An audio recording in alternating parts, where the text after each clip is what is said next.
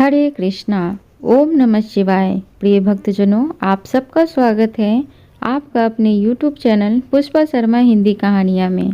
आज हम सब माघ मास महात्म्य का अध्याय 7 को श्रवण करेंगे। इससे पहले की कथा आप सबने नहीं सुनी है तो प्लीज़ चैनल के डिस्क्रिप्शन बॉक्स में जाकर ज़रूर देखें, वहाँ पर लिंक दिया गया है और कथा को ज़रूर श्रवण करें। तो चलिए हरि के चरणों का ध्यान करते हुए आज की कथा को आरंभ करते हैं। कथा सुनने से पहले आप सबसे निवेदन है कि प्लीज़ चैनल को ज़रूर सब्सक्राइब करें। तो चलिए कथा सुनते हैं। चित्रगुप्त ने उन दोनों के कर्मों की आलोचना करके दूतों से कहा कि बड़े भाई कुंडल को घोर नरक में डालो और दूसरे भाई विकुंडल को स्वर्ग में ले जाओ, जहाँ उत्तम भोग है। तब एक दूत तो कुंडल को नरक में फेंकने के लिए ले गया और दूसरा दूत बड़ी नम्रता से कहने लगा, हे विकुंडल, चलो तुम अच्छे कर्मों से स्वर्ग को प्राप्त होकर अनेक प्रकार के भोगों को भोगो। तब विकुंडल बड़े विस्मय के साथ मन में संशय धरकर दूत से कहने लगा, हे यमदूत, मेरे मन में बड़ी भारी शंका उत्पन्न हो गई है। एतेव मैं तुमसे कुछ पूछता हूँ, कृपया करके मेरे प्रश्नों का उत्तर दो। हम दोनों भाई एक ही कुल में उत्पन्न हुए, एक जैसे ही कर्म करते रहे। दोनों भाइयों ने कभी कोई शुभ कार्य नहीं किया, फिर एक को नरक क्यों और दूसरे को स्वर्ग किस कारण प्राप्त हुआ? मैं अपने स्वर्ग में आने का कोई कारण नहीं देखता। तब यमदूत कहने लगे कि हे विकुंडल, माता पिता पुत्र पत्नी भाई बहन से सब संबंध जन्म के कारण होते हैं और जन्म कर्म को भोगने के लिए ही प्राप्त होता है।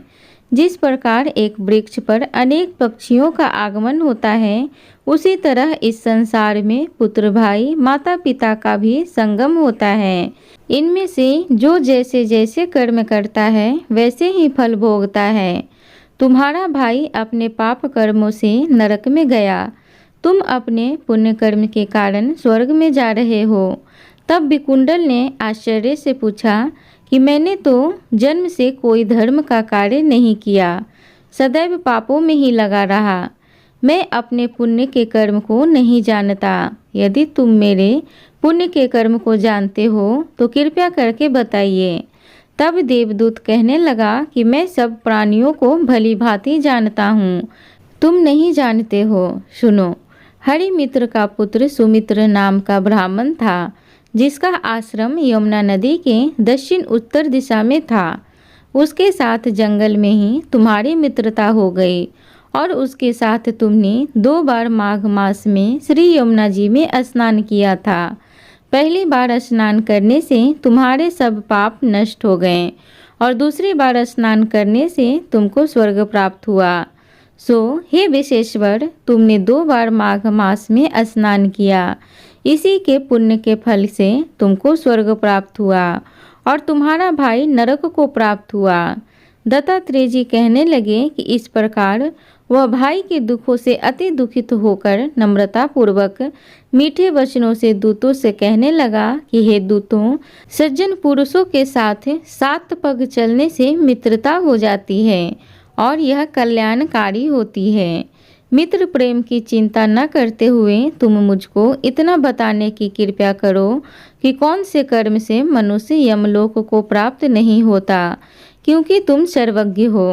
प्रिय भक्तजनों, तो इस प्रकार माघ मास का 7वां अध्याय समाप्त होता है। आगे की कथा को श्रवण करने के लिए कल की वीडियो का इंतजार करें। तो चलिए गणेश जी की छोटी सी कथा को श्रवण करते हैं। पौराणिक कथा के अनुसार एक बुढ़िया माई रोज मिट्टी के गणेश जी की पूजा करती थी, लेकिन वो रोज गणेश जी की प्रतिमा बनाए और रोज ही गल जाए। उसके घर के सामने एक बार किसी सेठ जी का मकान बन रहा था। बुढ़िया माई ने मकान बनाने वाले कारीगरों से बोला, भाई, मेरे मिट्टी के बनाए गणेश जी रोज गल जाते हैं, आप मुझे पूजा के लिए पत्थर से एक गणेश जी बना दो, आपकी बड़ी कृपा होगी। मकान बनाने वाला कारीगर बोला, माई, जितनी देर में हम तुम्हारे लिए गणेश जी बनाएंगे उतनी देर में हम दीवार पूरी कर देंगे। बुढ़िया ये सुनकर दुखी मन से घर वापिस आ गई। दीवार पूरी करते करते शाम हो गई, लेकिन दीवार पूरी न हो सकी। कारीगर जितनी बार दीवार बनाए उतनी बार वो टेढ़ी हो जाए। शाम को सेठ जी आए तो उन्होंने कहा, आज कुछ काम नहीं किया। तब मकान बनाने वाला एक कारीगर सेठ जी के पास गया और उसने बुढ़िया माई वाली बात बताई। तब सेठ जी ने बुढ़िया माई के घर गए और उनसे कहा कि माई, तुम हमारी दीवार सीधी कर दो, हम तुम्हें एक सोने की गणेश जी बनवाकर दे देंगे। गणेश जी ने ये सुनते ही सेठ जी की दीवार सीधी कर दी। सेठ जी ने बुढ़िया को सोने के गणेश जी बनवाकर दे दिए। हे विनायक जी महाराज, जैसे आपने सेठ जी का दीवार सीधी करी, वैसे हमारे भी सभी कार्य को सीधे करना। एक बार बोलो गौरी पुत्र गणेश भगवान की जय। एक बार भगवान विष्णु के मन में धरती पर घूमने की इच्छा हुई और वह अपनी यात्रा की तैयारी में लग गए। स्वामी को तैयार होता देखकर माता लक्ष्मी ने पूछा, आज सुबह सुबह कहाँ जाने की तैयारी हो रही है? विष्णु जी ने कहा, लक्ष्मी, मैं धरती लोक पर घूमने जा रहा हूँ। कुछ सोचकर लक्ष्मी माता ने कहा, हे देव, क्या मैं भी आपके साथ आ सकती हूँ? भगवान विष्णु ने 2 पल सोचा, फिर कहा, एक शर्त पर तुम मेरे साथ आ सकती हो। तुम धरती पर पहुंचकर उत्तर दिशा की ओर नहीं देखोगी। इस शर्त से माता लक्ष्मी सहमत हो गईं। प्रातः माता लक्ष्मी और भगवान विष्णु धरती पर पहुँचे। उसी समय सूर्य देवता का आगमन हुआ। धरती की सुंदरता को देखकर माता लक्ष्मी अत्यंत प्रसन्नचित्त हुई और भगवान विष्णु को दिया वचन भूल गईं। धरती को देखती देखती कब उत्तर दिशा की ओर देखने लगी पता ही नहीं चला। उत्तर दिशा में माता लक्ष्मी को एक बहुत ही सुंदर बगीचा नजर आया और उसी तरफ से भीनी भीनी खुशबू के साथ बहुत ही सुंदर सुंदर फूल खिले थे। यह एक फूलों का खेत था। माता लक्ष्मी बिना सोचे समझे उस खेत में चली गईं और एक सुंदर सा फूल तोड़ लाईं। जब माता लक्ष्मी भगवान विष्णु के पास वापिस आईं तो भगवान विष्णु की आंखों में आंसू थे। भगवान विष्णु ने माता लक्ष्मी को कहा, किसी से बिना पूछे उसका कुछ भी नहीं लेना चाहिए और इसके साथ अपना वचन भी याद दिलाया। माता लक्ष्मी को अपनी भूल का पता चला तो उन्होंने भगवान विष्णु से इस भूल की माफ़ी मांगी। भगवान विष्णु ने कहा, तुमने जो भूल की है उसकी सज़ा तो तुम्हें ज़रूर मिलेगी। जिस माली के खेत से तुमने बिना पूछे फूल तोड़े हैं, यह भी एक प्रकार की चोरी है। इसलिए तुम 3 साल तक माली के घर में नौकर बनकर रहोगी। इसके बाद मैं तुम्हें वैकुंठ वापस बुलाऊंगा। माता लक्ष्मी ने चुपचाप सर झुकाकर वचन स्वीकार किया। माता लक्ष्मी एक गरीब औरत का रूप धारण करके उस खेत के मालिक माधव की झोपड़ी पर गईं। माधव ने पूछा कि बहन, तुम कौन हो और इस समय तुम्हें क्या चाहिए? तब माता लक्ष्मी ने कहा, मैं एक गरीब औरत हूँ। मेरी देखभाल करने वाला कोई नहीं। मैंने कई दिनों से खाना भी नहीं खाया। मुझे कोई भी काम दे दो और मैं तुम्हारे घर का सारा काम कर दिया करूँगी।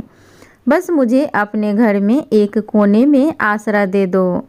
माधव बहुत ही अच्छे दिल का मालिक था। उसे दया आ गई, लेकिन उसने कहा, बहन, मैं तो बहुत ही गरीब हूँ।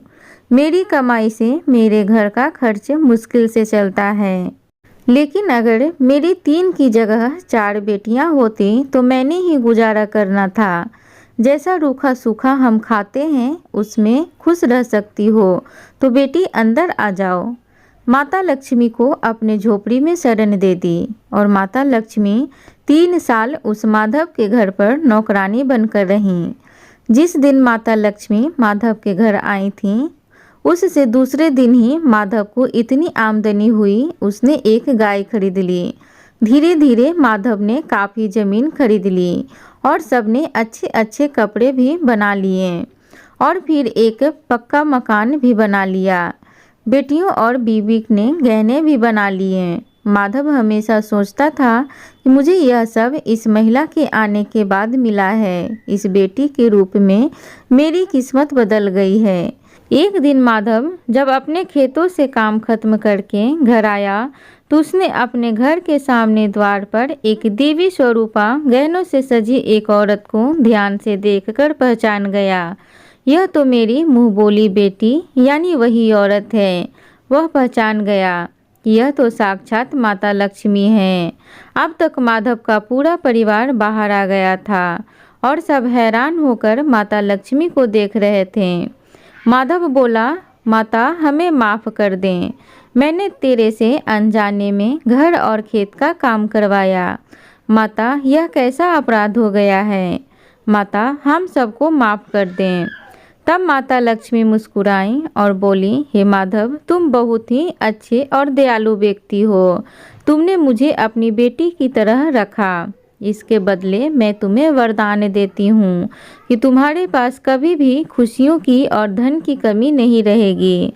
तुम्हें सारे सुख मिलेंगे जिसके तुम हकदार हो। और फिर माता अपने स्वामी के द्वारा भेजे रथ में बैठकर बैकुंठ को चली गईं। एक बार बोलिए लक्ष्मी माता की जय।